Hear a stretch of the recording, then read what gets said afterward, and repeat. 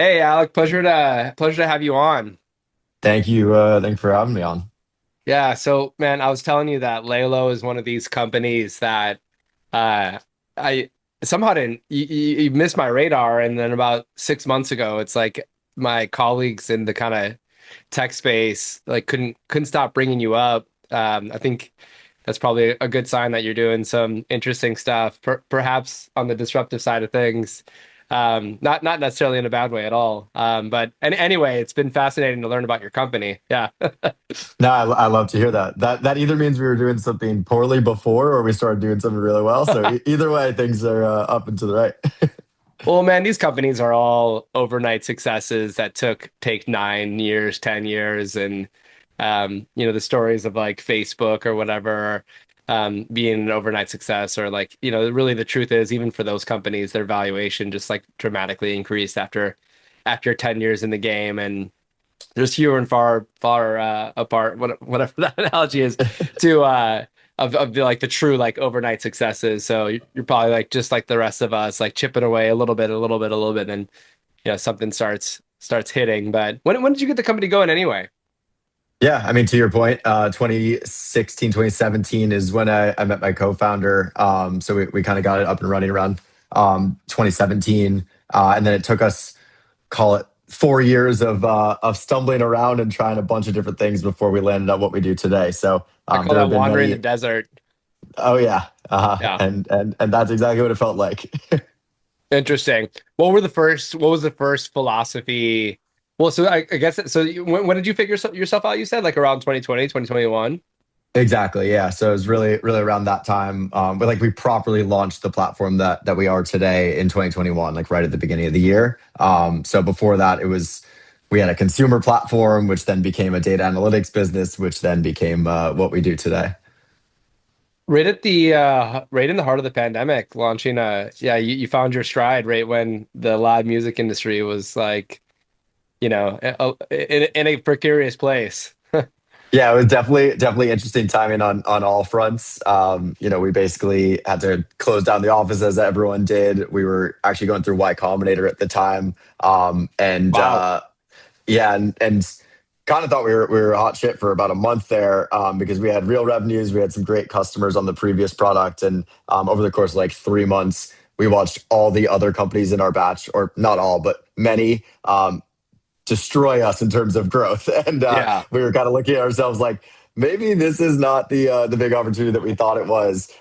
So Saj and I kind of had to sit down. I think originally over Zoom, and then finally we felt like we could see each other in person, and we were like, think it's time to pivot. And then our entire team quit. So it was a brutal couple Whoa. months.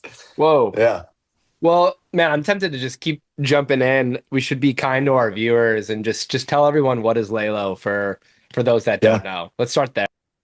Yeah, let's start there. So Laylo is the easiest way to capture fans across socials and in person and drive them to the things that you're dropping, mainly tickets, merch, and content. So we are a CRM and messaging platform focused on music and live events. And like, what's the breakdown of artists and the different customer types you have? Yeah. Yeah, definitely. We started in music, so kind of going back to where that pivot happened. We were building a data analytics platform in the music industry, selling mainly to artist labels and managers. So we really had like a bit of a foot in the door there when we first launched the platform. We were entirely focused on the artist side, and fortunately, it really picked up quickly. We had some of the biggest artists, especially in the EDM space and dance space, start using it.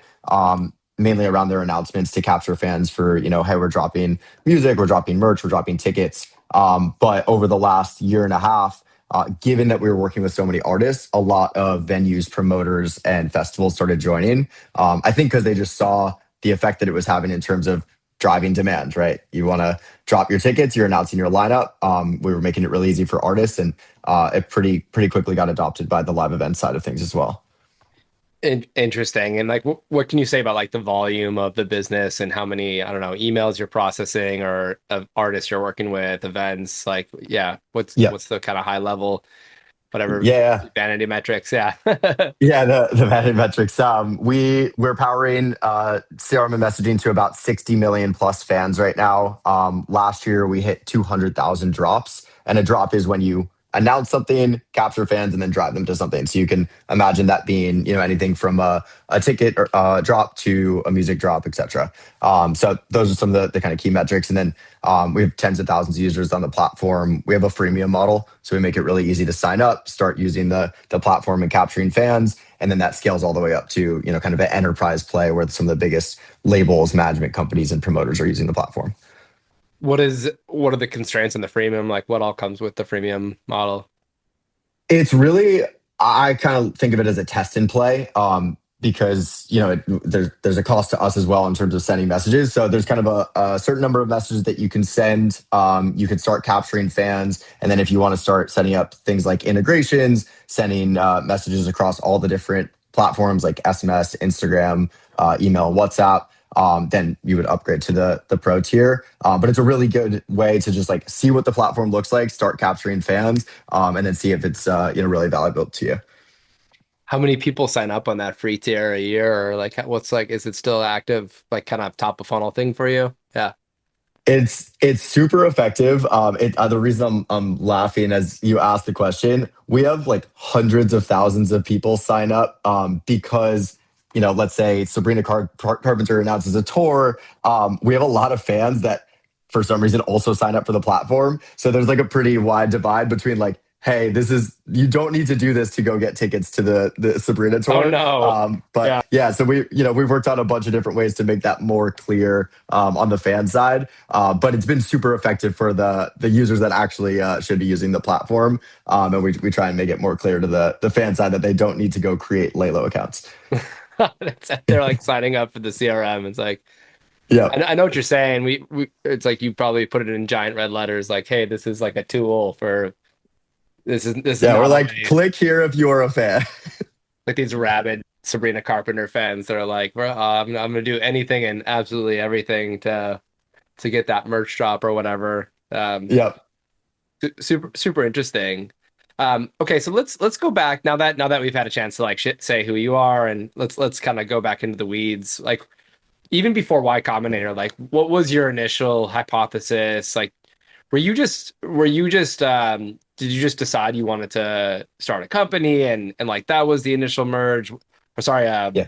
inception, or did you want to do something in music specifically? Did you have an idea that was the catalyst? Like, yeah, let's go like super seed stage. Like, yeah, what's the Cool. initial inspiration? Yeah. Yeah, initial inspiration. So just to go back even a number of years before that, I started a music blog back in high school. I just loved finding new artists and writing about them. Got a chance to interview some of my favorite artists, and so ultimately, I was doing that just as a passion project. I was in high school, but it helped me get recruited to go work at Epic Records, during the summer while I was in college. So I kind of got like the inside view of what it was like to work at a record label, why I didn't want to do that long term, and so I kind of from that experience, I felt like there was something really interesting happening at the intersection of like A&R and fan behavior. Meaning, like I was sitting on SoundCloud literally 8, 9 hours a day just trying to find new music, and a lot of my friends were doing the same. But if you went into a label's office at the time, they didn't even care about those metrics. They were like, are they selling on iTunes, basically? And so I thought there was some really interesting opportunity at how do you turn the world into kind of a source for A&R? How do you kind of democratize that? And so the first concept of what we built, was gamified A&R. Essentially, you, Matt, find an artist. You start spreading the music to your friends. It goes to 100. They spread it to 10,000. Then it spreads around the world. We could basically like backtrace that to you and say, hey, you're the reason that this song or artist blew up. And so it's kind of think gamified Spotify is the easiest way to visualize it. And as I was building that, I had raised a little bit of money. I had just graduated college. And about 2 weeks into moving back to LA, where I grew up, I got a DM on Instagram that said, this thing sucks. This other company, Silo, is better. And so naturally, I had to go download that app, and it was way better. And so I went and looked into it, and it turned out to be this kid living, a couple minutes away from me in LA, who is now my co-founder. And so that was kind of how the this Oh, all no came way. together. Huh. Yeah, exactly. So you were both working on this kind of gamified record label. That's a cool, interesting idea. What was the name of his company? the time? His was called Silo, which is funny because it sounds so similar to Laylo now, and mine was called Yeah. Dark Chart. And he was But your neighbor? he was like 7 minutes away from me. Holy Crazy moly. enough. Yeah, the thing that blew my mind was I was like, okay, cool. Like this platform is way better than mine. There's got to be like a big team. And it was like him building the entire thing. And so we ended up grabbing a coffee and becoming really good friends quickly. Did you build and what was yours called? Sorry. Mine was called Dark Chart. Dart chart. Okay. Did you build dart chart yourself? No, I kind of taught myself on the UI UX side during school, and I'd Yeah. hired an outside development team, which a lot of lessons learned there of not doing that again. Yeah, But when I totally. saw that he had built this entire thing himself, I was like, I think there's something we should be doing together. So is that still the breakdown between y'all? You're like kind of CEO, product, UI, UX, and but don't like get into the weeds of the code. Yeah, I definitely focused mainly on the BD side, and obviously building out the team and company. But Saj is the brains behind the product and engineering, and Yeah. so we kind of split that division. And I'm gonna save this conversation for later, but it's so curious to think about just how the world of like code is changing with AI and these roles. But I actually play a very similar role to you.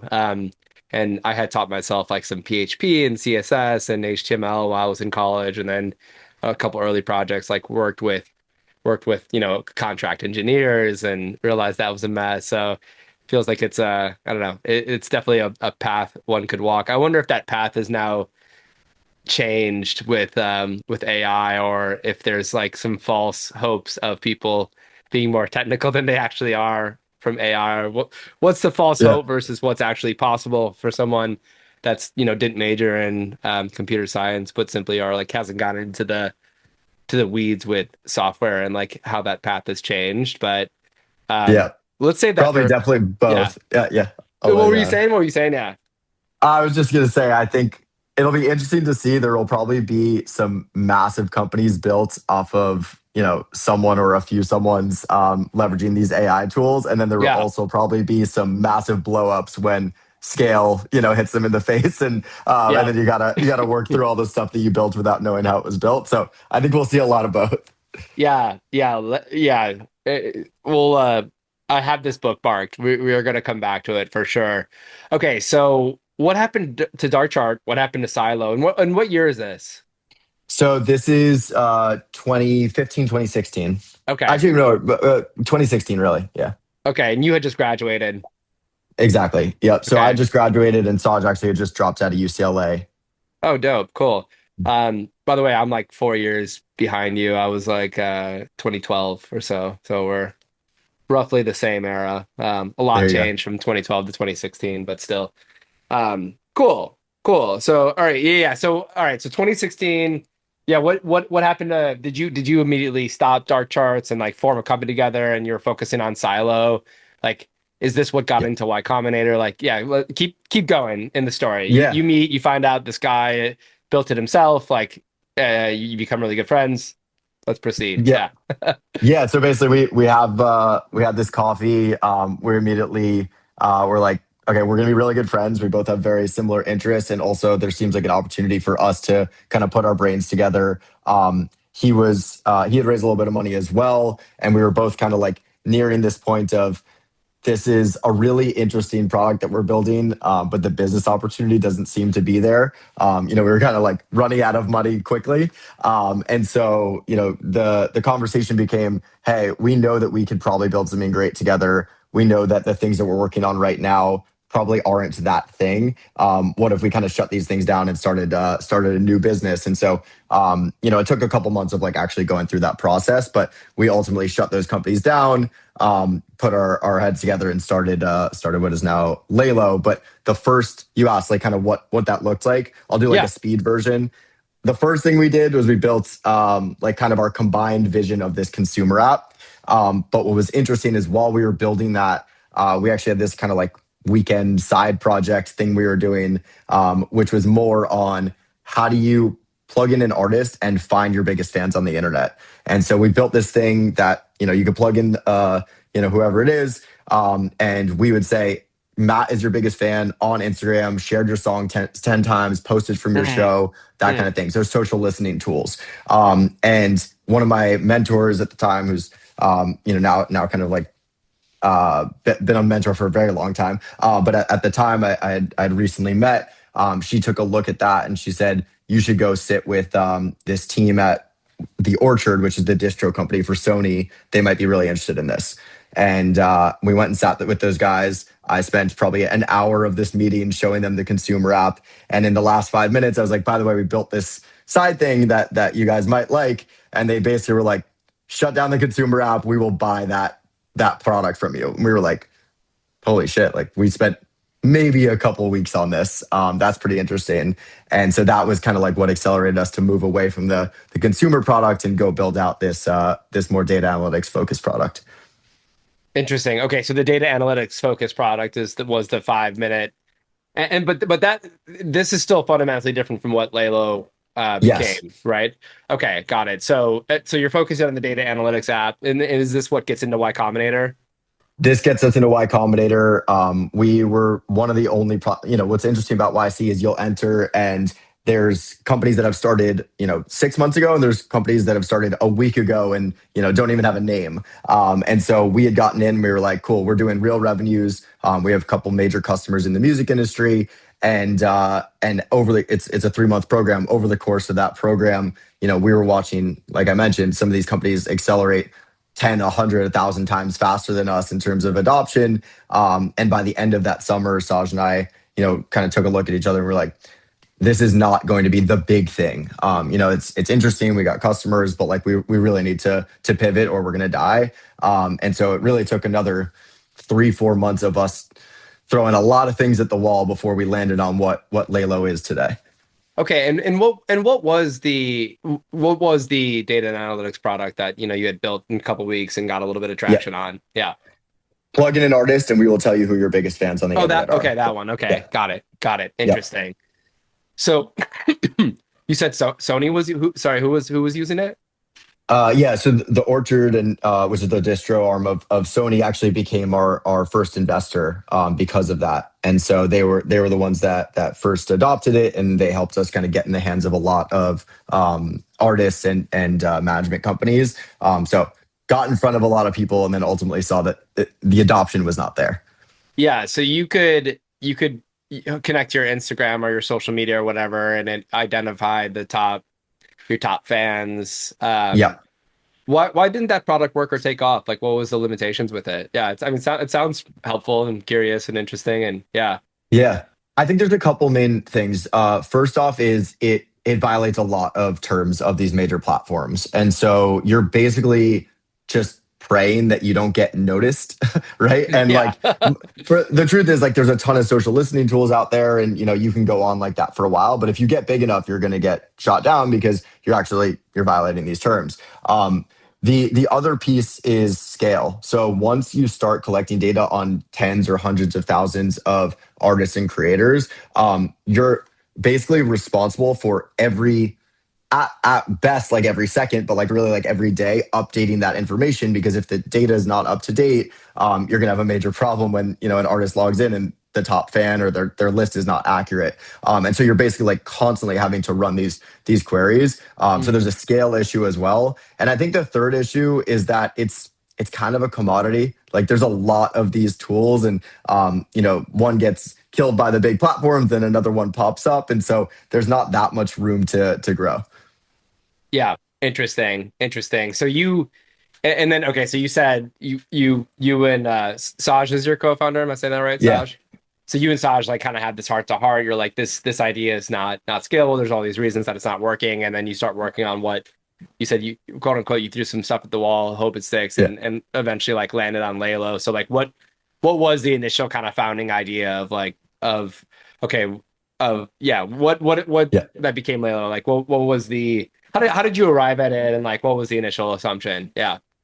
Yeah, there's two pieces to it. The first was it was COVID. So what we saw, Saj is an artist, so he was getting bringing a really unique perspective to this. But we were like, what's like the most important thing for artists right now? And it was basically like they're not making any money. Like they can't tour, really hard to sell merch if you're not touring. Basically, like they're relying on streams. And if you remember at the time, it was like a lot of live streams were like the best that you could do. But we were like, that's number one. Like they're having trouble, driving revenue and paying their bills. And so the first idea that we had is, what if we just set up a really simple paywall where someone could pay to unlock something, unlock a song, unlock a video, unlock access to a piece of merch. And so we launched that. It got okay traction. Like some people were like, "This is interesting. That sounds good." And basically, a couple of weeks after rolling that out, Saj calls me and goes, "Look, I'm never going to use this. I don't want to charge my fans for this stuff. But what I do want is I want to make it free so that my fans can sign up to know when my new song drops." And I was like, "That's the dumbest idea I've ever heard." And him being our CTO, he's like, "Cool, great to hear from you. I'm just going to do it," because he could just turn that feature on. So basically, he allows himself to set the price to zero. He announces his new song and he posts on Instagram, etc. Gets a bunch of signups, and pretty quickly we're like, there's something really interesting here. Like that Yeah. really makes a lot of sense. And so what we noticed, as once he had done that, is we started going on Instagram, on TikTok, etc. And like what we kept seeing is pretty much every like 3 or 4 posts by an artist is an announcement of some kind. My Mm, merch is dropping next week. I'm going on tour. My new song is out. And when you do that, you're kind of just like praying that your fans see it the first time and then show up when it actually happens. And so that was like really the core insight, was what if we made it dead simple that when you announce something on socials, you can actually capture all that demand and then drive the people to it when it drops. And so that's really where like the core concept of drops came from, and it pretty quickly started to get some major adoption. super, super interesting. When you said it got major adoption, like what was that process? So obviously you have a co-founder that's an artist that can like experiment with the stack, but like Yep. who was the first artist besides Saj to use it, and like how did it snowball? Yeah. Yeah. Yeah, so the really nice thing is we had been building in the music industry for a long time, and a Yeah. lot of the people we had talked to were kind of, as we were launching these various products, would kind of give us this thumbs up, like keep going, like, and then they wouldn't use the thing we did.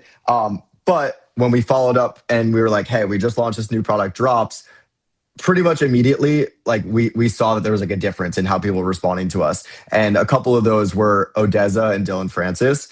Their teams like didn't it wasn't even like a sale. Like we just like hit them up, told them about this thing, and a couple weeks into launching it, ODESZA launched this incredibly successful NFT project, did like millions of dollars in revenue. And then Dillon Francis, he launched, I think it was a merch drop first. And so we like pretty quickly knew like, oh, there is something here. There's legs here. These teams Interesting. do not bullshit us. They didn't use our previous products, and they're adopting this quickly. And that was Yeah. how we knew that we were on something. Were you charging at the time for ODESZA to like run that campaign, or were we just kind of getting this offer out there and see how folks were using it? Yeah, we charge. I don't remember exactly what we charged. It was on the lower end, but we did charge for it. So there was some monetary value to it, but I can't remember exactly what we charged. Got it. Got it. So no, foot in the door pricing, nothing that like you're not your full kind of version um Yeah. of what it would become. Yeah, pretty classic playbook there in software. Definitely have done something similar with Prism. Um, did you so what was like the stats? Like what year did Saj test this out himself? Like what was the Yeah. year, and how many artists were using it by the end of the year? Yeah. Or Yeah. So we started running this kind of like test launch towards the end of 2020. And then we officially launched the product in top of 21. And I mean, by the end of that year, I don't have the exact number, but it was definitely like in the hundreds of artists were like properly using the product, like using it consistently, launching majorly successful drops. The like the most interesting for us is we had spent all these years like building these different tools and watching the first subscription come in, and like someone actually put yeah, their credit card in, and then like, oh, there's like another one this week, and then it's like, oh, that's actually happening every day. That was like the most cool. kind of exciting part of that journey, is being like, okay, people are willing to pay for this, and they're really like seeing the value. Yeah, interesting. And is like one artist, one subscription, and is it usually like you mentioned ODESZA's team, like Yep. depending on band size, is the band signing up for it directly, or if they're oftentimes if they have a management team, like these management teams like work with 20 or 30 artists, like so Yep. do they sign up in like one fell swoop, do they have a method to like add their artists, and then effectively that just kind of like starts charging them more? Like, yeah, how does that whole thing work? Yeah. Yeah, definitely. So perfect question. It's both. You could sign up self-serve. We have thousands of artists and live events that are signing up. Just like go to the website, put in your info, and you can have an account in a couple minutes. And so that's been like a really productive way of just like scaling. It's also really nice that like the platform is simple enough that someone can do that. They can set up an account even without talking to us and launch a drop. But then we also have kind of the more enterprise play where if you're a management company, you're a label, you're a promoter with Yep. multiple events, you can set up an account and set up a roster under that account. And you kind of ask the question of like, how do we price this? The way that we do it is we charge a really simple subscription. So it's $25 a month plus messaging. And so we actually scale on the number of messages that you're sending, which is also a pretty big difference. Standard in the industry when it comes to CRM and messaging, most companies are charging on list size. We found that that was actually like pretty tough, especially for Mm. artists and up and coming promoters, because they might have a major launch this month, but then next month they just did their launch. They just launched their tour, Yeah. their merch, etc. So we found that it fits the model a lot better when they pay when they get all the value from the platform, and then it goes just back to that base subscription price when they're not sending messages. Interesting. Like I would imagine that it makes it a little bit harder to kind of account for like the swells of usage and proactively, or you're maybe doing some like modeling of like forward facing or whatever. Like if you have clean subscription, you can look at like the next 12 months and be like, if we don't Yeah. add anyone, this is our amount. So I don't know. Does that being like so heavily dependent on usage, is there like a trade-off there in terms of like making your process a little bit more complex to predict? Yeah.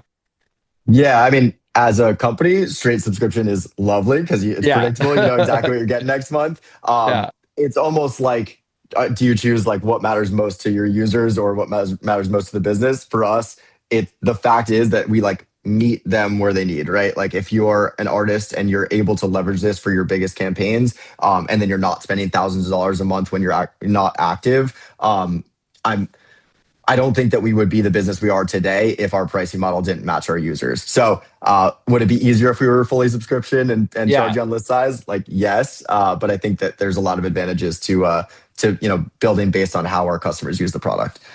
Yeah. Am I making this up? You said you have tens of thousands of artists using it now. Yeah, So what year did was like your what year did the numbers start becoming exponential? Like you had mentioned, you got to 100, but obviously tens of thousands is like many orders of magnitude above that. So you must have yeah. had a couple of years there where you were adding thousands, which is many a day. Yeah. But yeah, yeah. So tell me about the snowball. Yeah.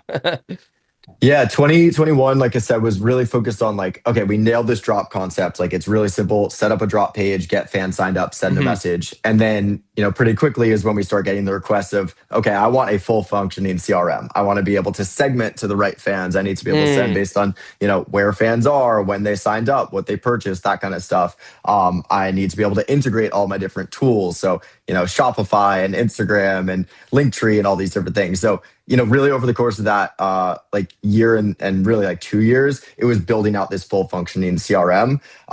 When you ask like how did it accelerate, we got very lucky because one of the key features or like the thing that you do with a drop is you share it. Right. And Yeah. so once we started getting these, major artists using the platform and they're putting their links on, their Instagram stories and their TikToks, et cetera, other people see it and they're like, that looks like something I need, and I need to drop my merch next week or my tickets next week. And so we had this really exciting flywheel where other artists, other managers, other teams started seeing that, signing up organically, and that really accelerated the business over the next like 2 years. Yeah. Yeah. Super, super interesting. Are you still seeing the snowball roll down the hill with like exponential increase? Like, do you think you'll get to 20 by next year, or what's going on with, is it kind of Yep. toppling at this point? Like, imagine conceptually, there's not an infinite number of artists that are out there that, could sign up. Though Yep. we always like to think our markets are infinite as entrepreneurs. Yeah. Of course. Or investors would like us to think, not they want to think that we can tap into a market that's infinite anyway, Yep. but yeah.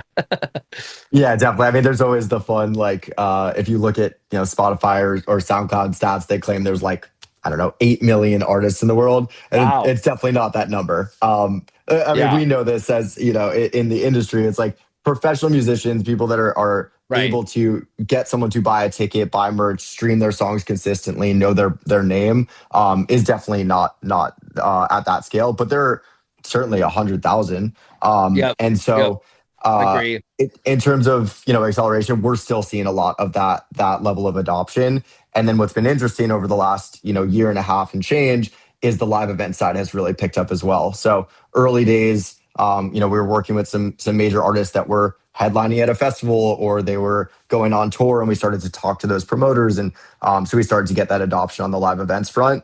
And now we see a lot of the same on the organic side as well, because if you have Hmm. a major venue or festival sharing the link, other promoters are seeing that and joining the platform because of that. Yeah. Yeah. I do want to talk to you about the live market, and Yeah. obviously that's biggest crossover with Prism's market. Not they are completely complementary, not at all competitive, but just in terms of who we're serving. Yep. But before we move on, something that's standing out to me is it's fortuitous to have someone like ODESZA. Can't remember the other artist, the name brand artist you mentioned early on. Dillon Francis. Yeah, Dillon Francis, like you using the product, and like I can imagine like the network effects there are like really, really compelling. I mean, Yep. did you have you noticed with like were a good amount of your users, despite someone having like ODESZA and Dillon Francis really early on, were a good amount of your users like long tail of the industry? How like when did you see like the Billie Eilishes and Sabrina Carpenter's sign on? Was that like relatively early? Like that's definitely no easy feat to like get the top of the market using your platform. Yep. Especially with like some of the pickiness that I know I'm aware of on like the artist side of things. So yeah, what's been your overall experience with like the size of the artists using the platform, and has that gone relatively smoothly for you? And what do you accredit that to? Yeah. Definitely. I would say it completely depends on the artist and team, right? There are artists that we've seen that are literally signing up themselves, putting in their credit card, using the platform because either they just love to understand new products and run those campaigns themselves, or because they had a friend in the industry that another artist use it and said something great. And then we have the exact opposite, which is management or label is fully running their marketing. The artist could not care less about Laylo or what product they're using. And so it's definitely like a mix of the two, and it depends completely on the artist and the team. We've spent a lot of time over the last couple of years really building those relationships on the management and label Mhm. side. And it's super important to us because first of all, those are the marketing teams, right? Those are the ones that are often using the product, and we're really building a lot of the tooling for them. And so we've built enterprise deals where we're doing large scale contracts with some of these bigger companies. We have full account management services, CS team, all the kind of support level. So on that front, it is self-serve in the sense that they can use the platform without talking to us, but they have the full support of the Laylo team at that size. Yeah. Interesting.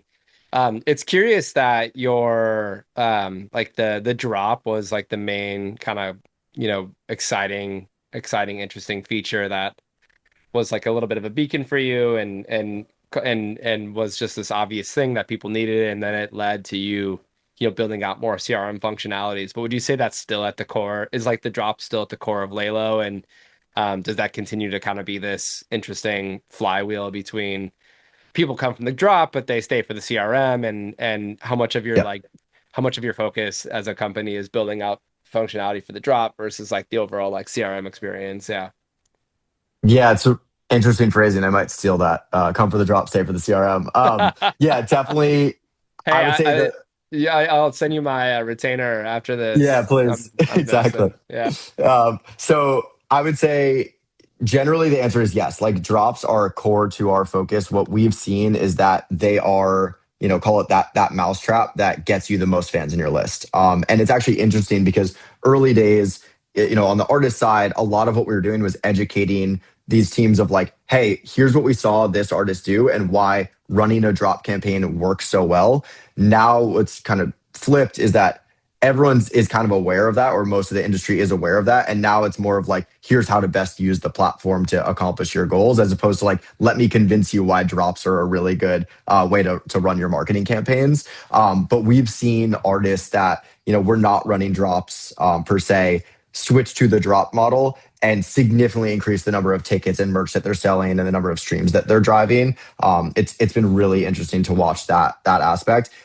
The next thing that we're seeing is the exact same flow in the live event side of Hmm. things. So a lot of our early conversations on live events, when we're talking to venues and promoters, has been, hey, this is what drops is. You want to basically drive a lot of hype and demand, capture as much attention as possible, get those fans in your list, and then push the tickets when the tickets are out. And we had a lot of question marks around that from the live event side. And now that domino is starting to fall where people are like, oh, I saw what the Midway did and that looked really successful. I saw what Cross Festival did. That looked really successful. How do I replicate that? So it's a little bit of that like domino following action.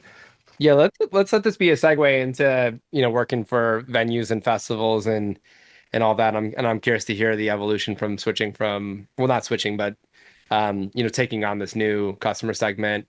But specifically with the drop, like what do you think the magic is with the drop? Because on one side, like let's just be quite simple here and make sure I'm getting it right. Like you're about to announce this show, ODESZA is coming to the venue. Um, Yep. Route A without a drop, you just are like, hey, tickets are on sale. Go to ODESZA. Route B is like before you go on sale, you have this moment where it's like, hey, like tickets are gonna go on sale. Sign up here to be Yep. notified when they do. Do I have that right? And like, is this just like a human nature thing to like build up hype and like you either yeah like am I missing something or is it really just and again this is not me downplaying the idea of it like No, obviously I not can at see that all. it works. It's just kind of curious that it does but like yeah do I Yep. have it right and like what's your perspective on like why it works from like a human nature perspective? Yeah. I think you do have it right. I think it may just be that simple. And I think it's really like the FOMO aspect, right? It's like when people think that there is a time limited drop, something I have to be on in the next hour or next day. Otherwise, I'm not going to get it. If they think tickets are going to sell out, if they think the merch is going to sell out, there's limited editions. It works, right? Like there's a reason why that type of marketing campaign is so effective. And we've just kind of productized that. So yeah, it really may be that simple. And I think there's an aspect to it too that makes it a lot more engaging for fans. When they're sending their friends a message like, "Hey, like we got to make sure we grab this at 2 p.m. tomorrow before it sells out," or they see that there's 10 versions of the colorway available tomorrow, and they got to get it before that sells out. Like I think that just drives demand at the end of the day. Super interesting. So, okay, so let's I want to talk more about that, but let's talk about this transition from working with the artist to then taking on festivals, promoters as clients. Did that just happen naturally? Has there been any discussion where it's like, hey, if you don't take on a promoter or a venue, you could just, be that much more perfect for artists and yeah, like walk me through how that happened and what your thinking Yeah. was and like yeah, how you thought through kind of like splitting up focus, if you will, or like taking on this other segment. Yeah. Yeah, definitely. It's all like good questions and things that we had to talk through. Like originally, kind of how this happened was we started to see that there were promoters, venues, and festivals naturally signing up for the products and using drops identically to how artists were using them. So that was really interesting to us because it was like, hey, we don't have to like build a completely new product. They're using this feature set and the platform in a very similar way. And then the other really interesting piece to it was that what we noticed was if you have, artist A is the headliner at that festival, and then the festival starts using Laylo as well, we can actually better inform both CRMs. So there's that network effect where it's like Matt signed up for, Dillon Francis and then also signed up for Cross Festival, we know that he's a high spender on tickets. We know that he usually goes VIP. We know that he bought this merch. So we'd actually make both of their platforms better, so that they get the value of that wider network. And so those were kind of the two things that made us really quickly say, all right, we should focus on this vertical. Yeah. Yeah. Um, what's the advantage that emerges when you can see that someone both signed up for Dylan Francis drop and the festival? Like, is it just kind of making sure that they like definitely get advertised too? Like, is it, yeah, Yeah. what's the real advantage there? Yeah. Yeah, I think there's two pieces to that. Like one, and I know we're going to get into this a little more as well, but like on the AI side, like how do you leverage that data for better segmentation? The simple answer is if you know that Matt signed up for this presale in the past and bought tickets and spent $500, he should probably get the message, right? Yeah. But if you know that Alex signs up, for every presale and never buys tickets, maybe you don't keep following up with him because he just wants to be on the list. And so using that, information to better segment and send messages to the right fans at the right time is the kind of core piece there. The other is that if I know that Matt very likely buys merch, but he does not buy tickets, you can better segment like what drops and what messages he's getting informed about. So it's not just like, does he get the message at all, but like what message should he get and when? Why don't you just email everyone all the time? Like, and this is a question for someone who's, whatever, like me asking from like a third grader's perspective. Yeah. Like, why Yeah. not just email everyone all the time? Is it like deliverability? Is it, you get flagged as spam? Is it like a cost thing? Like, what's the real Yeah. advantage in like being super precise with segmenting? Those three things are definitely factors. Like it's if you're sending messages to your overall list every single time, it's going to get really expensive.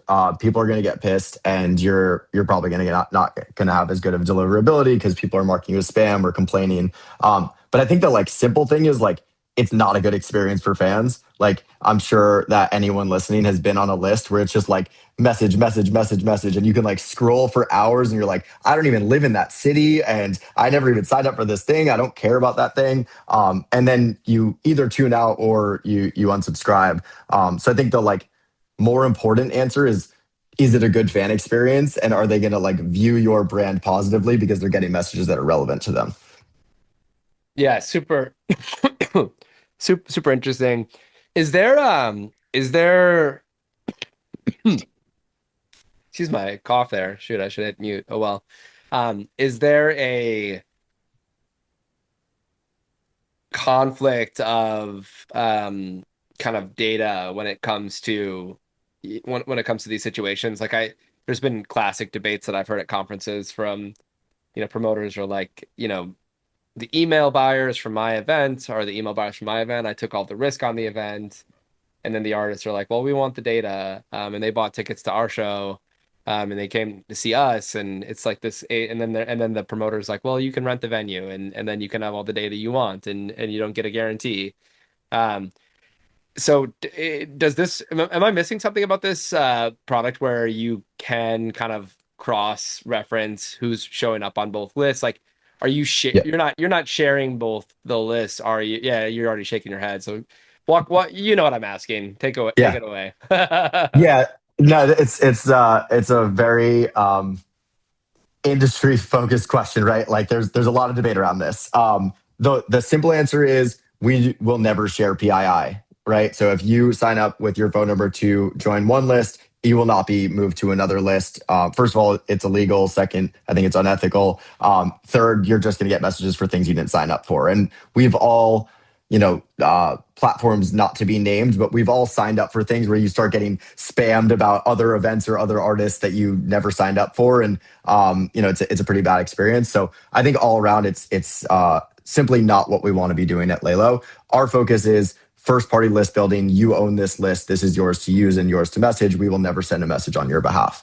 The interesting piece and kind of what you were getting to is if you are a event promoter, artists are constantly like, hey, I drove the ticket demand and I should get the list. So we've actually built features around that. One of them is called Collabs, which makes it really easy for you to both collect a list. And so essentially, if I go land on page A from the promoter, I sign up, it'll then ask if I want to join the artist list and vice versa. So it's a compliant way to do it. It's something that the fan is Cool. opting into, and it kind of makes everyone happy because they're both list building. And so we think about that a lot of like, what is the right way to let everyone grow their lists effectively without, spamming people. Yeah. Yeah, it's super interesting about just like the marketing implications that would emerge from like a master kind of Laylo email send that, if you think of the work that you're doing for one promoter with their data, or one artist and their data, but you said, all right, you know what, like we, like again, if you set ethics aside and how effective like Laylo's kind of database could be in marketing, merch, show drops, and all that type of stuff, if everyone was just cool with you being like, with you using that data, however, and but there is like ethics about like what did you sign up for and that type of thing. Yeah. But then there's like the truth of the industry, which is like, these people compete with each other, and they should be rewarded for doing good jobs building their own lists and audience and building the audiences that they care about. And I also think that this is kind of where like a bands in town would like come into play, and that's kind of the bands in town model is like Yeah. we're going to just be this promoter that sits over absolutely everything. But I don't know. Is it something that you've all thought about? Is like, are you going to do like a shared, you know, bands in town like thing where it's like the Laylo master list or whatever, or yeah, Yeah. It's an interesting question for a lot of reasons. The like best answer I can give is we are not focused on discovery, right? yeah, Like our as a yeah, platform, our job yeah. is to make it really effective for people to spin up drops, spin up campaigns, capture fans, and message them about the things that they signed up for. Fair enough. There is a very kind of like exact opposite side of the industry, or way to think about these type of platforms, where it's like we are actually the platform that someone is signing up for, and we will send messages on our own behalf. We've never wanted to take that view, and it's not to knock that at all. It's just very different product and very different business. Cool, Yeah. cool. And silly question, but both SMS and it's both SMS and email, right? SMS, email, Instagram, and WhatsApp. We You primarily, I can would you can say, send messages out to folks' Instagrams as well through Laylo. yeah, exactly. It's actually one of our most Interesting. popular products and features. So we actually have a really easy way. I would guess we were like the first or one of the first in the industry to be able to do this. But it essentially allows you to connect an Instagram account and capture fans on Instagram stories and posts and reels. And so you've probably seen campaigns where it's like, DM me with the fire emoji to sign up, or you've seen like a post or a Hmm. reel that says like, hey, tag your friend to get early access to tickets. We effectively power that through Laylo. Oh The wow. really cool additional piece to shout out is that you're also capturing first party data. So when the fan signs up, it's asking for their phone number, their email, so that you actually are able to message them going forward as well. Cool, cool. Yeah, there's a couple of like industry specific folks who like are attacking this problem from more of like, like the Hives or the Symbols of the world, where they started Yeah. off with like, hey, promoters are using MailChimp and they're sending out these emails constantly. Well, let's like, replace it with something that's industry specific and pulls in ticketing data. And it's interesting to kind of see you all like arrive at the same kind of like junction. Like I don't know, what do you think that is it the drops that's kind of like fundamentally different from you from other folks that are approaching this, whereas like they like maybe they're more in the weeds of like, a venue that needs to send like 10,000 emails, and like Yeah. how do you think about these other companies in the ecosystem and like where you fit? Yeah. Yeah, definitely. We're friends with a bunch of those guys, and they've obviously built great businesses. So it's more when you ask like what the comparisons are. I would say Laylo is one. Drops is a huge piece of it. We are really effective at running these type of campaigns and growing your list really quickly and effectively. The second is the social piece. Like we were really focused on, how do you capture all of that hype and demand off of your Instagram, your TikTok, your YouTube, wherever your fans live socially, and driving that into a first party list, which I think is a little bit different. You were just getting at this, which is, a lot of the messaging platforms in the space are more focused on how do I sync my ticketing vendor and pull in Yeah. that contact list, which we also do. And I think there's a lot to be said about that value as well. But our focus has been more on how do you grow your list, more quickly Mm. across all the places you're announcing. Yeah. Yeah. So what's the San Francisco venue you keep mentioning? Oh, Midway. Midway. Yeah. So you pull in the ticket buyers from Midway's ticketing system as well. Yeah, so they and don't quote me on this. I got to look at their setup, but yeah, I believe they Yeah. have their ticketing integrated as well. I think what Cool. a great example of what they're doing differently and why they're seeing so much success is our drop pages are really high conversion in comparison to standard landing pages. So we're seeing that 55-60% of fans that land on your drop are signing up. If you look at the standard landing page, it's like 10 or so percent is the average. So you're getting, 5x plus of the fans that actually land on the page to sign up. And so what Midway was doing that was really, really interesting is they're running targeted ads directly to those drop pages, and they've grown their list significantly because of it. So they're kind of getting, the double win, which is they have all these social features that we integrate with, like the Instagram DM integration, but then they also have these high conversion drop pages that are just getting them, a much grander list than they had on their previous platforms. Um, yeah, super interesting. That's a good way to put it. Like if you're like traditionally your CRM is like your list will grow naturally by promoting, or so I should say indirectly by like promoting the ticketing and having a thriving book of new artists you're booking, and the diversity of artists you're booking lead to a diversity of ticket buyers. So that's good. But yeah, how are folks like leading? How are you doing campaigns that are just like literally growing your list without like having to require a ticket buy to grow the list? Yep. So that is super super compelling. How early are you in getting venues using you as your like full-time CRM? It's a funny phrasing. How early are we?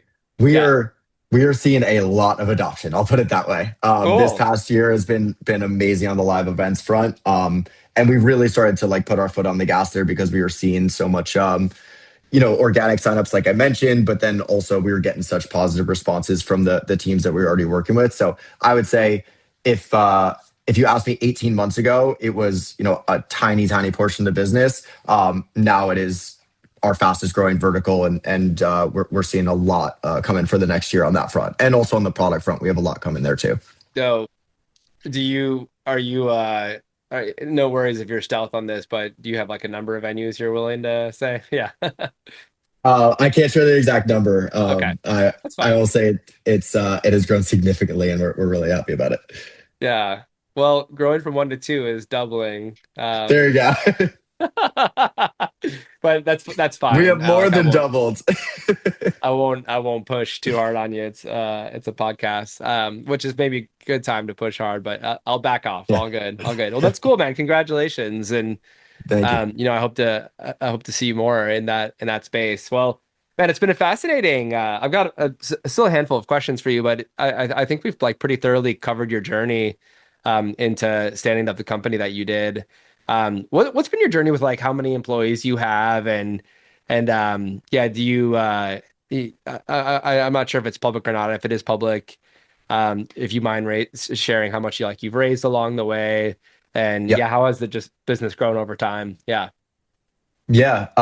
Well, I'll give you the COVID piece was that we went from two, which was Saj and I, to six, back down to three. So that was when we were pivoting. So shout out to Troy for sticking with us through that adventure. But Amazing. we are now a team of 24. And we're pretty widely across the world now, which is really exciting. So over the last year and change, we've really expanded in terms of where the team is and the coverage that we have. And you asked about fundraising as well, right? We've raised roughly 8.5 million, led by some great groups. Eldridge led our last two rounds. Sony, like I mentioned, was our first institutional, and we have some amazing angels as well. Cool, cool. So you said roughly 8.5. Yep. What was the last round you did, or how long ago? Yeah. Yeah, it was over 3 years ago, if I'm Oh, putting that cool. correctly. Yeah, so it's been a minute. We've been really focused on scaling up the business. Yeah, so three years without having to fundraise. That's gotta be nice. I'm coming up on 3 myself, and yeah, I it's know we were chatting about this offline. It is yeah. it is very nice to be able to focus on the business. If you know the pain of fundraising, you know, and if you don't, you don't. But it's glorious on paper when you get the check, but the amount of work that goes into it can be quite the quite the challenge. Um, Yep. were you ever above 24 headcount, or was it just kind of a clean ramp up to it? Yeah, no, this is the most we've had on the team. Cool. Clean ramp is an interesting way to put it, but yeah, we have Yeah. ramped to 24. This is the most we've had. Have you ever had to fire an employee? No, I'm joking. Of course, you've had to along the way. It's just natural. Mhm. Cool. Super, super, super interesting. Well, let's dig into AI. Do you have AI features in the product right now? Or are you thinking through like AI strategy? Yeah, what AI? Why don't we start with like AI like inside of the product? Like if you're a Laylo customer, do you have any, Yep. yeah, is there AI features that you're utilizing and what's worked so far? Yeah, absolutely. So generally, our thought process on AI, which is not, I'm not the first to say it, but it's how do we basically make our customers' lives easier, and how do we make the product faster to use? So some of the stuff that we rolled out in the last year that I'm really excited about. One is we have a feature called multi drops, which is a way to spin up multiple events. Artists are using it for tours. Venues and festivals are using it if they have multiple dates. So you can think of it kind of like a calendar view, where fans can sign up for their specific date and city. We rolled out an AI multi-drop builder. And so what that means is that you can really quickly plug in the information, and it will build out the entire page with all the data for you. And so that's been a really, really cool unlock. We're watching a lot. I think the majority of our users have used that in some capacity already. And we launched that about, I want to say, 6 months ago. The other is we send a lot of emails, or not we, but our customers send a lot of emails. And one of the worst parts of sending emails is email templates. We have an email template builder that we call Magic Templates. It basically pulls in the information of what you are sending out to fans and auto formats the entire email for you to be most effective. So if you are dropping tickets, for instance, it'll auto format the button with great copy that says grab tickets here, as opposed to if you're dropping a song, it'll say, listen now. And so those are two of the kind of cooler features we've done on the AI front. And then the third, which I mentioned earlier, is all around segmentation. How do you send the right message to the right fan at the right time? So we built a ton around identifying fan bases, like this is your most likely ticket buyers, this is your most likely merch buyers, and being able to use that segmentation to better send messages. So with the multi-city thing, how exactly does that work? Like they plug in a little bit of Essentially, information they're and routing. yeah. Yep. So you just plug in the routing info, and it will actually build out the entire page for you. So you're like, Okay. historically you're getting a CSV or Hmm. just an email with that data, and you'd have to manually put in those dates, set up the styling, all that kind of stuff. This will just build it out for you. Gotcha. Yeah, how much of that is like AI versus just kind of like templatized build out and traditional software, if you will. Yeah. That is, and you don't quote me on this because obviously I'm not Yeah. Saj and leading our product, but I believe that is almost entirely built on AI, because it's leveraging a lot of these APIs like the OpenAI API, to Okay. actually like build that out for you. So yeah, it is using a lot of the modern AI tools. So every time you do it, it kind of tweaks it and does it different and like personalizes it. Yeah, That's another thing that I was asking about, like the email is like presumably, a song drop every single time is different than like or is similar but different than like a festival drop, if you will. And yeah. yeah, I guess like what. what ends up being like customized by the AI, it like, reads the artist's name and like tailors the message, if you will, and like tailors like the copy. Like, yeah, what's like the real kind of AI magic in that experience? Yeah, it's not just the copy, but also the styling. So Okay, what color the pages is also based on like what does your album art look like and what other information have you put in. If you reference tickets in your message, it knows that the button should be a get tickets button as opposed to a stream now button. So it's kind of pulling all that information in and then auto cool. formatting the email for you. And then same on the multi drop builder, it'll actually custom write the CSS for you. And so that's fully leveraging these AI tools to say, Wow. hey, I want all the buttons to be yellow and I want them to, have a shadow below them. And it will just write that CSS for you and style the page up. Can the customer then like look at what the AI produce and like write back to it in plain English, like, hey, like change the colors or like make the tone Exactly. more like playful or something like that? Interesting. Exactly that. Yep. Cool. Super helpful. What do you think about like like how much are people like clicking around the app versus like do you have you thought about like developing an MCP server for Laylo or like fundamentally changing like the way that people like use like obviously these two experiences are beautiful, but like what about just like like there's this whole idea of like people will eventually like just talk to their applications, like the pointing and clicking is gonna progressively Yep. go away. Like I don't know, what do you think about that perspective, and like have you played around with any of that, like using kind of voice prompts to navigate Laylo or something like that? Yeah. Yeah, we at least once a year we do a team hackathon. So there's actually a really interesting one from our last that was kind of voice activated Laylo, call it, where you could just chat with it and it would update stuff in real time. I think that some of the tools were a little too early, and Yeah. also there's kind of that gray area. I'm sure that you're feeling this, where it's like, is this just cool or is this actually better, right? Yeah. Yeah. And so we didn't launch that, obviously, but what we're the way that we're thinking a lot about Laylo today is how do we put your CRM on autopilot, is what that's kind of the language we're using internally. Is a lot of the things that a user has to do in order to launch a campaign, send a message, are not a good use of their time. And so the more that we can kind of obscure that away and handle that with AI and make it so that you are dropping your tickets next week, cool. We have the most effective copy with the most effective page all set up for you. Just share this in your socials and focus on the marketing, and we will handle the rest. And then when that ticket drops, the right fans get the right message. All of Yeah. that kind of is handled for you. That's like the focus and the vision for Laylo today is obscuring away a lot of that kind of manual work. Yeah. Did you say that AI is helping with some of the segmenting? Yeah. How does that work? Yeah, so we have basically a couple different segments. There's like the standard segment, which is like, I want to send a message to all the fans in Los Angeles. That's really simple. That's obviously not using AI. That's just a standard location Uh-huh. filter. But what we are doing that's really interesting is identifying based on purchase behavior. For instance, Mm. this fan is likely to buy these tickets. They should be in that segment, and so it's basically pulling that data in to then say, this is kind of an automatically built segment by Laylo, and we recommend you send this message to them. Got it. So like you'll have like an AI recommended segment. Yeah, Is it a little bit of a black box, or does it look for like similar genre data on Spotify or like all the above or like what? Yeah. it's a little bit of a black box is my short answer for you. There's a Yeah. bunch of different things that we're pulling in there. Also, some stuff that I think is proprietary, but Fair to enough. the effect, Yeah. yeah, to the effect of we want to make sure that if you are selling tickets, everyone that should get the message does. That's kind of what we're focused on.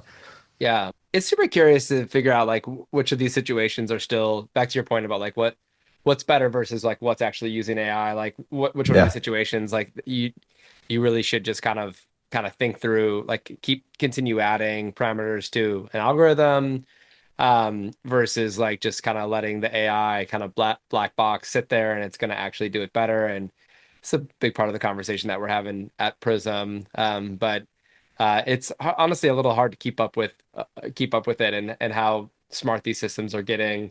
yeah. Um, and And every week there's a new tool and yeah. there's a new thing you got to be using, and this one's better than that one. So yeah, definitely running into that as well. How many of those 24 people you got over there are writing code? So we have six on the product team.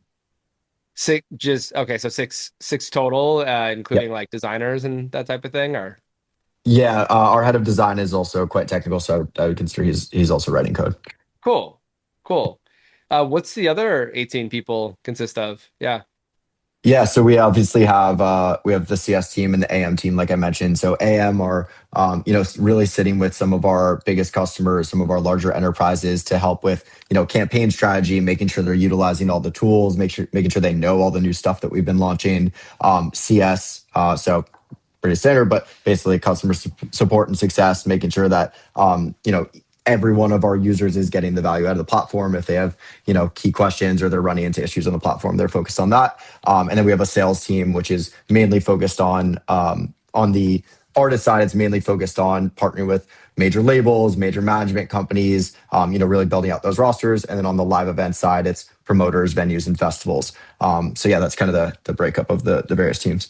cool. How much has your build team been influenced by AI, and are they using like Claude Code and all that, and what's y'all's philosophy with yeah, taking on these AI tools to build? Yeah, my co-founder did something really fun that I think the team hated for a day and then loved after that, which is he cut all of our sprint times in half about 6 months ago. So Wow. really, just like doubling the expectation of how quickly we could output.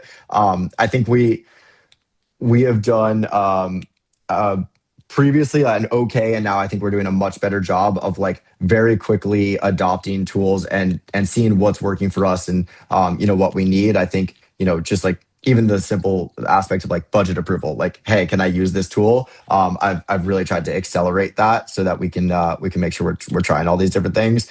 Claude Code we are using extensively over the last month. Yeah. Even I'm getting into it, which I've seen the memes of like a monkey with a machine gun. But so there's a little aspect of that. But we're definitely trying to make sure the entire team is adopting these tools and testing them. Yeah. What's your take on vibe coding? And yeah, how important is it to like know this stuff on a fundamental level versus like, you know what, like you don't really need to know how it works, so as long as you're like prompting it right and like testing appropriately, like what's your Yeah. what's your take? Yeah. Yeah, I think there's like a really interesting middle ground there. Like, and again, I'm speaking dangerously here because I don't lead our product and I'm not an engineer. And so I think one of the interesting things that we're seeing now is that it's really quick to be able to launch things, but Yeah. making sure that they scale and work is it's honestly going to become more important. So I think that'll be Mhm. very interesting, not just in our industry, but like everywhere. Yeah. So when I talk with Saj and our product team about this, it's like great, like yes, it's cool. We can build this demo. We can make this thing look really cool in an hour. But we have customers that are relying on us for their entire business, right? They're selling Mhm. millions of dollars worth of Mhm. tickets. Like if the messages don't go out, or if the fans aren't able to sign up, or the page crashes in the middle of a big campaign, those are the things that not only can destroy our customers' businesses, but also can destroy the brand of Laylo. And so we're very focused on making sure that the things that we build are also scalable and that they work. So I'm very proud. Like our product team is incredible. But like I said, I can be dangerous in the aspect of saying like, oh, you can just like build things on a whim. At this point, it's more like I Totally. think I think you can build really interesting first versions, and then you need real product builders and engineers to make sure it works. Well, the whole world is this kind of like the whole world of engineering, I feel like is this like narrow bridge where it's like it's true that a lot of companies can fail by like an utter like inability to update, to launch, to kind of stay with the times.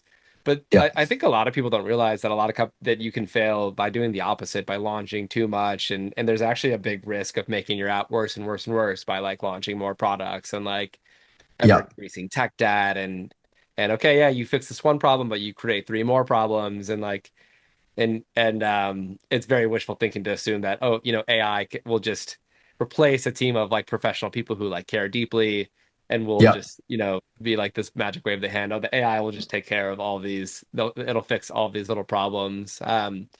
But we're still early in the game, somewhat early. It's we're coming like up on 3 years now since like the launch of like ChatGPT and GitHub Copilot, which is hilarious. It feels like GitHub Copilot was like a thing of the past now. It's like moved into like Yeah. Cursor and Claude Code and all that. But man, it will be really curious to see, where AI kind of lands with all of this. Do you have any kind of look into the future, into the crystal ball about, where AI, of course you don't, but like if you were to attempt to, like, Yeah. where do you think AI is going to go in the future, just for engineering teams, for people at the end of our industry, like actually kind of, running artist teams and management? Yeah. Like, do you think it's going to change everything, or more things change, the more they stay the same? Yeah. Yeah, I mean, I think there was a great quote that I saw, which was, the release of the iPhone didn't mean that there were a million Spielbergs. It's Yeah. like just Yeah. because you can make video does not mean that you're making, the greatest movies of all time. So I think that there's an aspect of like craft and quality, and like you said, you can launch a lot of things, and we've seen companies in our industry and in a lot of industries where it's like, okay, we have 500 features and 500 products, and you're like, that sounds really good on paper, but like actually you're everything for nobody, and this feature is not working, so now you have to take your focus off the other thing. So I think there's an element of really understanding that we still have to solve the problem at the end of the day and make sure the thing works. In terms of like crystal ball on where AI goes, like you know um, I'm guessing, right? Like Yeah. I think there's a lot is going to change, a lot is going to stay the same. I'm actually like very hopeful though for Cool. creatives. Like I just had this conversation. Cool. My sister's an artist, she's a singer songwriter, and she's freaked out by like some of these like Suno and UDO and Hmm. some of these Hmm. tools. I think that there will actually be an interesting lean into human skill in the sense that like you're going to want to go to more live events and see like craft performed in front of you. And I think that the call it elevator music of the world will definitely get replaced by AI, but like the really great artists will actually be more popular than ever. So I'm hopeful on that front. Yeah. Yeah, it's been really interesting to see everyone try to bring out their crystal ball and like call this one, and it's just it's a big plot twist. Yeah. 2023 gave us a giant plot twist that we're still living in, and I don't know if we're getting out of it anytime soon, because it's like continuing to evolve and change. I do think people think that like technology is going to always like exponentially increase, and the truth is like, I think I was telling you about this. Like when I got an N64 as a kid, it was like such a big deal. Now I have an 11-year-old son who's like a gamer, and I was like, "Oh, do you want a PS5?" And he's like, "Oh, why?" Like I don't know, I'm playing my like Nintendo Switch, and I'm just like, man, in between me being a kid super excited about the N64 to like now having PS5, for my son, and I look at like the difference between a PS2 and a PS5, like I think, yeah, video games have like gotten slightly more interesting and better, but at the same time, I think that there's way more of like a leveling out than the technologists care to admit. You could Sometimes I think this is the case with like the power of LLMs, and then all of a sudden like there'll be some breakout about, oh, Claude Code's doing this thing now, and Yeah. it's done a lot of stuff that I didn't expect it to do. I need to be humble and just say that I didn't foresee like how good it would get at coding. I didn't see how good the videos would get as quickly as they did. Some of the things, like if I wanted to replace like my face right now with like Leonardo DiCaprio and like do a perfect filter, and like it's like holy shit, like, or whoever, Mickey Mouse even, and like, yeah, the AI filters have just gotten so good. But I don't know, man. Yeah, like, is it gonna? They still haven't figured out a lot of the energy problems behind it, and like nothing's changed about like physical science at this point, and we have to like deal with these big like AI data centers now that like don't seem to have great solutions yet. So, Yeah. yeah, I don't think the world like uproots immediately. I'm curious to see what happens in the next 15 years, but like look at 15 years back, right? Like it's hard to imagine like Laylo and Prism being these like companies in the music industry 15 years ago, you know? Um, Yep. 100%. so, or let alone 25 years ago. Like our whole like career path was like created in the last 30 years. It's like, software entrepreneurs. But anyway, it's always a fun conversation to try and make sense of it Yeah. all. I appreciate your perspective on it. You got any closing thoughts or ideas or questions or yeah, whatever, comments? Yeah. Well, definitely. I know your audience is a lot on the live event side. So if you are listening, come check us out. Would love to talk Yeah. to you. So definitely on that front. And Is no, it I'm just really laylo.com or what? Yeah, Laylo.com. And also if you throw in I think it's Laylo 26, you'll get a bunch of free messaging credits and early access to some of the AI features I mentioned. So Fuck definitely yeah. make sure to grab that. And Cool. yeah, overall, like I'm really excited for, back to the AI thing. I think that live is gonna be bigger and more interesting than ever. So I'm really excited on that front. I'm sure you are too. Nice. So that's yeah, I'll leave with that final thought. Yeah, I agree with you on that one. Man, it seems like there's consensus there that's like, okay, Suno is a really curious thing for sure. Suno has gotten better than that's another one that I'm like, man, AI music is just like not touchable. But now Yeah, I'm like, oh my God. But yeah, we all want to go to see a person on stage and get our mind blown by like a human and how touching they are on the guitar and how they're playing to the times and speaking to the specific communities. yeah, So I put my bet down on the live music industry, no question, for yeah. sure. Yeah, Well, as two people building companies specifically focused on live yeah. events, I hope we're right. Dude, it's been a real pleasure, man. I'm gonna process a lot of what I learned in this podcast over the coming weeks, and so cool to hear your story of to use my words, wandering the desert and finding Laylo, and yeah, using people coming for the drop and staying for the CRM and just like the natural evolution into things and like the implications of like what what's going to happen in marketing as you guys get bigger and bigger. I think it's a great thing for the industry. I love that you have so many artists using Laylo directly, and like I was saying, I kind of I know the the Hive and symbols of the world, but it's really cool to see what you're doing, and the crossover now into the other side of the industry, and it's just been a fascinating conversation. And again, like I'm gonna sit with a lot of what you had brought up, yeah, and anyone listening, I hope they I hope they find you and if and they can benefit from putting doing the drop, and maybe the CRM is right for them as well, and like yeah, would love to keep the conversation going into the future, man. It's been a real pleasure meeting you, learning about Laylo, and yeah, thank you for coming on. And yeah, no, I really appreciate it. As I said to you offline, being both a startup founder and a great podcast host is two very unique skills. So Thank thank you you. for having me. This was fun. Yeah. Yeah, fake it till you make it. That's all I gotta say on the podcast front. All right, man. Peace.